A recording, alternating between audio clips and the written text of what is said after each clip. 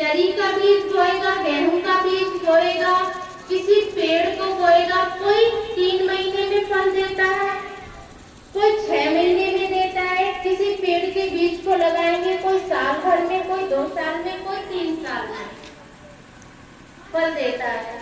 कोई पेड़ जब बन जाता है तो हर साल फल देता रहता है। चरी, एक बार चरी का बीज बोया, उसे काट दिया तो उसका बीज खत्म हो गया।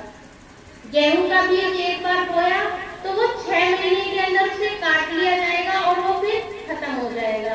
किसी फल के बीज को गाड़ते हैं तो वो एक साल फल देता है, 2 साल फल देता है, 3 साल। ये तो फल की बात हुई। ठीक इसी प्रकार से हमारे अपने जीवन में अच्छे और बुरे कर्म होते हैं। कर्म किसी भी प्रकार का हो, अच्छा कर्म हो तो वो पेड़ की भांति एक बार फल देगा, 2 बार फल देगा। बुरा होगा, जितना अधिक बुरा होगा वो एक बार हमारा बुरा होगा, दूसरी बार होगा, तीसरी बार। कर्म की तीव्रता, किसी ने कहा कि हमें इस जन्म का इसी जन्म में मिलता है, किसी ने बोला कि हमें अगले जन्म में मिलता है, कि उससे अगले जन्म में मिलता है। ध्यान से समझिए कि हमें कर्मों का फल किस हिसाब से मिलता है, ये कर्म की तीव्रता पर निर्भर करता है। आप सभी ने महाभारत देखी होगी। पितामह भीष्म को सभी अच्छी तरह से जानते हैं। कहते हैं पितामह भीष्म अपने 100 जन्म पिछले वो देख सकते हैं, ही उनमें ऐसी ताकत कि वो अपने पिछले जन्म 100 अच्छी तरह से देख सकते हैं। मगर जब उनका अंतिम समय आया और वो तीरों के ऊपर उनको लिटाया गया, तब उन्होंने कहा कि मैंने अपने पिछले 100 जन्म देख लिए हैं, मगर मैंने तो कोई ऐसा पाप नहीं किया कि इस जन्म में मुझे तीरों के ऊपर सोना पड़ रहा है। तब उन्होंने कृष्ण जी से कहा कि मैं अपने पिछले 100 जन्म देख पा रहा हूँ कि मुझसे कोई ऐसा पाप नहीं हुआ है, और तब भी मेरी अंतिम समय मुझे तीरों के ऊपर सोना पड़ रहा है। तब कृष्ण जी ने कहा कि आप अपने पिछले 100 जन्म देख सकते हैं, मगर मैं आपके 100 जन्म से पहले भी देख सकता हूँ। तो मैं आपको बताता हूँ कि 100 जन्म से पहले आप एक राजा थे और आप घोड़े पर चल रहे थे। आपके सामने एक सांप आया तो आप उसे हट करके नहीं निकले, उस सांप ने कुछ भी नहीं किया था, केवल रास्ते में था और आपको सीधा निकलना था। आपने अपने तीर से उसको उठाया और पीछे की ओर फेंक दिया। आपने ये भी नहीं देखा कि वो कहाँ गिरा है। वो कांटों के झाड़ में जाकर के गिर गया और उसके पूरे शरीर में कांटे चुभ गए और वो उस कराहट में उसको कराहता कराहता उसके प्राण निकल गए। तो ये वही कर्म है जो आज तुम्हें भोगना पड़ रहा है। तो इधर देखो कर्मों की तीव्रता कि 100 साल के बाद भी उन्हें कर्म वो भोगना पड़ा, क्योंकि पिछले तो 100 जन्म वो देख सकते थे, मगर 100 जन्म से पहले नहीं देख सकते थे। जब कृष्ण जी ने बताया तब उन्हें ज्ञात हुआ। तो कर्म की तीव्रता कितनी होती है कि वो 100 जन्म के बाद भी उसको वो कर्म उनको भोगना पड़ा, वो कर्म उन्हें भोगना पड़ा। देखो युग कोई भी हो, सतयुग हो, द्वापर हो, त्रेता हो या आज ये कलयुग हो, युग कोई भी हो, मगर हमें कर्म तो हमें भोगना ही पड़ता है। चाहे वो राम थे, चाहे वो कृष्ण हुए, जब वो इस धरती पर आए तो उन्हें कर्म भोगना ही पड़ा। हम कहते हैं कि हम बहुत दुखी हैं, कह देते हैं कि हम बड़े दुखी हैं। जिन्हें हम भगवान राम कहते हैं और जिन्हें हम माता सीता कहते हैं, उनसे ज्यादा दुख क्या आज हम भोग रहे हैं इस कलयुग में? उन्होंने तो भगवान होकर भी दुख सहे, क्योंकि कर्म की गति से कोई नहीं बचता है। कर्म तो सभी को भोगने पड़ते हैं। भगवान राम थे, वो अपने 14 वर्ष का वनवास 14 मिनट का भी कर सकते थे, 24 सेकंड का भी कर सकते थे, या अपने उस कर्म को बिल्कुल हटा सकते थे, क्योंकि वो तो भगवान थे। मगर ऐसा नहीं होता है।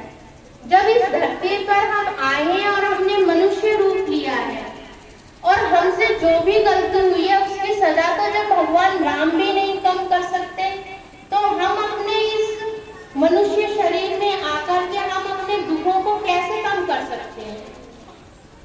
जो हम करके आए हैं वो तो हमें भोगना ही पड़ेगा, इससे तो हम नहीं बच सकते हैं, क्योंकि वो कर्म क्या है, हमारा प्रारब्ध है। जो हम करके आए हैं वो हमें इस जीवन में भोगना ही पड़ेगा और उससे हम नहीं बच सकते हैं। कहते हैं जाप मरे अल्पा मरे अनहद भी मर जाए, सूरज समानी शब्द में ताको काल ना खाए। जिसकी सूरज शब्द में समा गई उसको तो काल नहीं खा सकता है, और नहीं तो काल किसी को नहीं छोड़ता है। ना तो उसने भगवान राम को छोड़ा, ना उन्होंने कृष्ण भगवान को छोड़ा, किसी को नहीं छोड़ा, तो वो हमको कैसे छोड़ देगा? परमात्मा आते हैं और हमें सत्संग के माध्यम से हमें समझाते हैं। हमें दोष परमात्मा को नहीं देना चाहिए, अपने आप को देना चाहिए और अपने कर्मों को देना चाहिए कि हम कैसा करके आए हैं और हमें उसी के आधार पर अगर हमें भोगना पड़ेगा। क्योंकि जब भगवान राम ने भी भोगा, सीता माता ने भी भोगा। सीता माता ने क्या भोगा? सीता माता जब छोटी थी तो रामायण तो उनके जन्म से पहले ही लिख चुकी थी। एक तोता और उसकी पत्नी दोनों ही उसका रामायण का बखान कर रहे थे कि ऐसे राम होंगे, ऐसे फिर सीता माता से उनकी शादी होगी और बड़े सुख से वो रहेंगे, राज्य करेंगे। जब ये सब बातें चल रही तो सीता माता उस समय बहुत छोटी थी, 10-12 साल की होंगी। तो जब वो पर्वत पर दोनों जने ऐसे दोनों आपस में, तोता और तोते की पत्नी आपस में बातें कर रहे थे, तो उसने कहा ये तो सीता होगी, जनक दुलारी होगी वो, और दशरथ के पुत्र राम होंगे, ये किसकी बात कर रहे हैं? ये कहीं मेरी तो बात नहीं कर रहे हैं। तो उसने उस तोते को, सीता ने उस तोते को पकड़ लिया और उसकी पत्नी को भी, और पूछा कि तुम किसके बारे में कर रहे हो?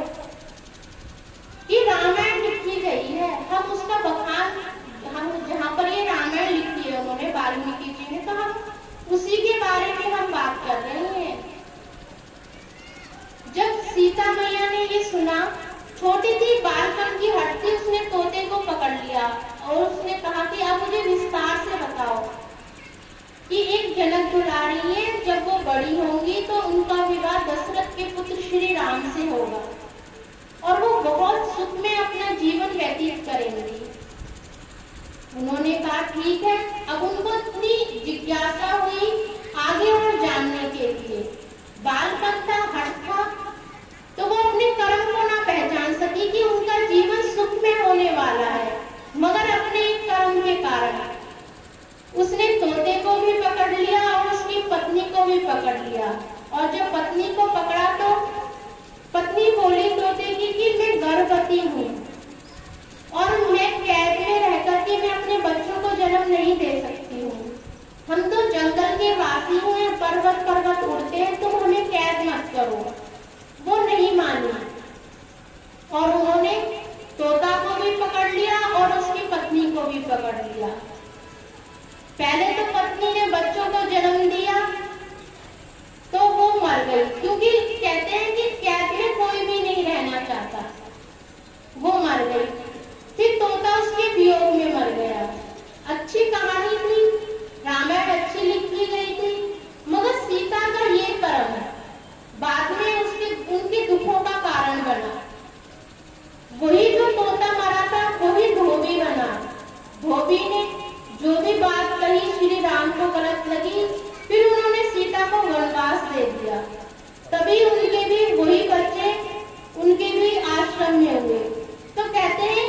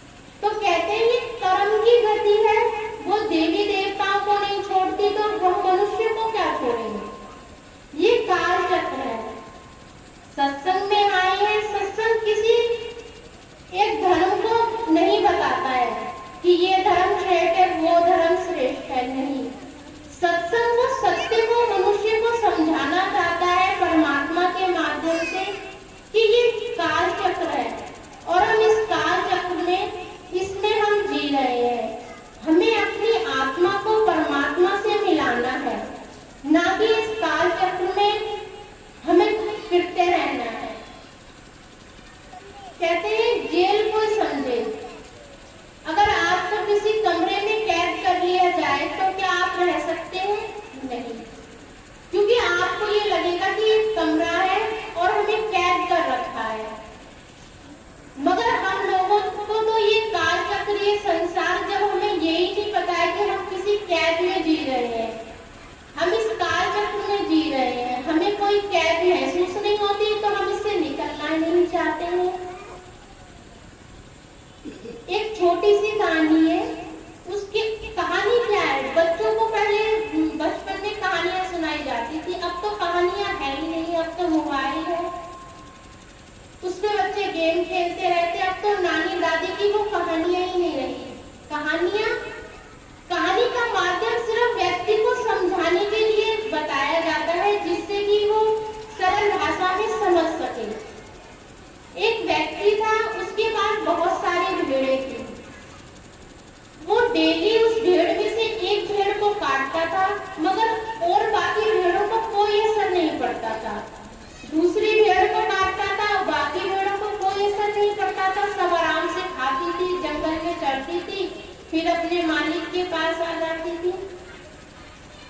एक व्यक्ति बहुत दिनों से देख रहा था, वो भेड़ों के मालिक से उसने पूछा कि भेड़ों को कोई असर क्यों नहीं होता है, किसी को डर क्यों नहीं लगता, तुम डेली एक भेड़ काटते हो और इनको कोई फर्क नहीं पड़ता है, कोई भागती नहीं है, कोई कहीं जाती नहीं है और फिर आराम से चरती है, खाती है, पीती है, फिर तुम उनको उनमें से एक भेड़ को काट देते हो, ऐसा क्या कारण है?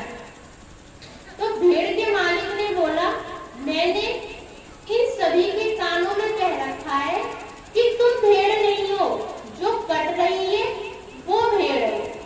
तुम तो आजाद हो, तुम तो कहीं पे भी जा सकती हो, कहीं पे भी घूम सकती हो, फिर सकती हो, क्योंकि तुम भेड़ नहीं हो। तो बस यही कारण है कि ये कोई ना डरता है, ना किसी को कोई एहसास होता है, डेली में एक भेड़ इन्हीं के सामने काटता हूँ, क्योंकि उनको कैद महसूस ही नहीं होती है। वो तो आराम से विचलित करती हैं और घूमती फिरती हैं। तो वो सभी भेड़ें हम हैं। वो काल ने सभी को हमें बता रखा है कि तुम मनुष्य नहीं हो, तुम तो मगर तुम आत्मा नहीं हो, तुम तो मनुष्य हो, फिर तुम्हें जन्म लेना है। जब हमें कैद ही नहीं पता लगती है उन भेड़ों की तरह, तो हम तो आराम से संसार में आते हैं, खाते हैं, पीते हैं, बच्चे होते हैं, बड़े होते हैं, शादी होती है, ब्याह होता है, फिर पढ़ते हैं, कमाते हैं, खाते हैं, फिर मर जाते हैं। उन भेड़ों की तरह फिर जन्म लेकर के आ जाते हैं। हम इस कैद में से छूटना नहीं चाहते, क्योंकि ये संसार हमें कैद लगता ही नहीं है। आजाद है सब, उन भेड़ों की तरह हम बने हुए हैं। हम में से फिर कोई एक मरता है तो हमें अफसोस होता है कि हाँ ये मर गया, मगर क्या मरता है? कब तक पता चलता है कि ये मर गया? मर गया, उसको उठा करके ले जा करके शमशान घाट तक जाते हैं, जब तक राम राम सत्य है, ये हंसी गया। भेड़ और हमने कोई अंतर नहीं, हमें आजाद ना हमें, क्योंकि हमारे तो हम विधि करेंगे पर तो हम वो नहीं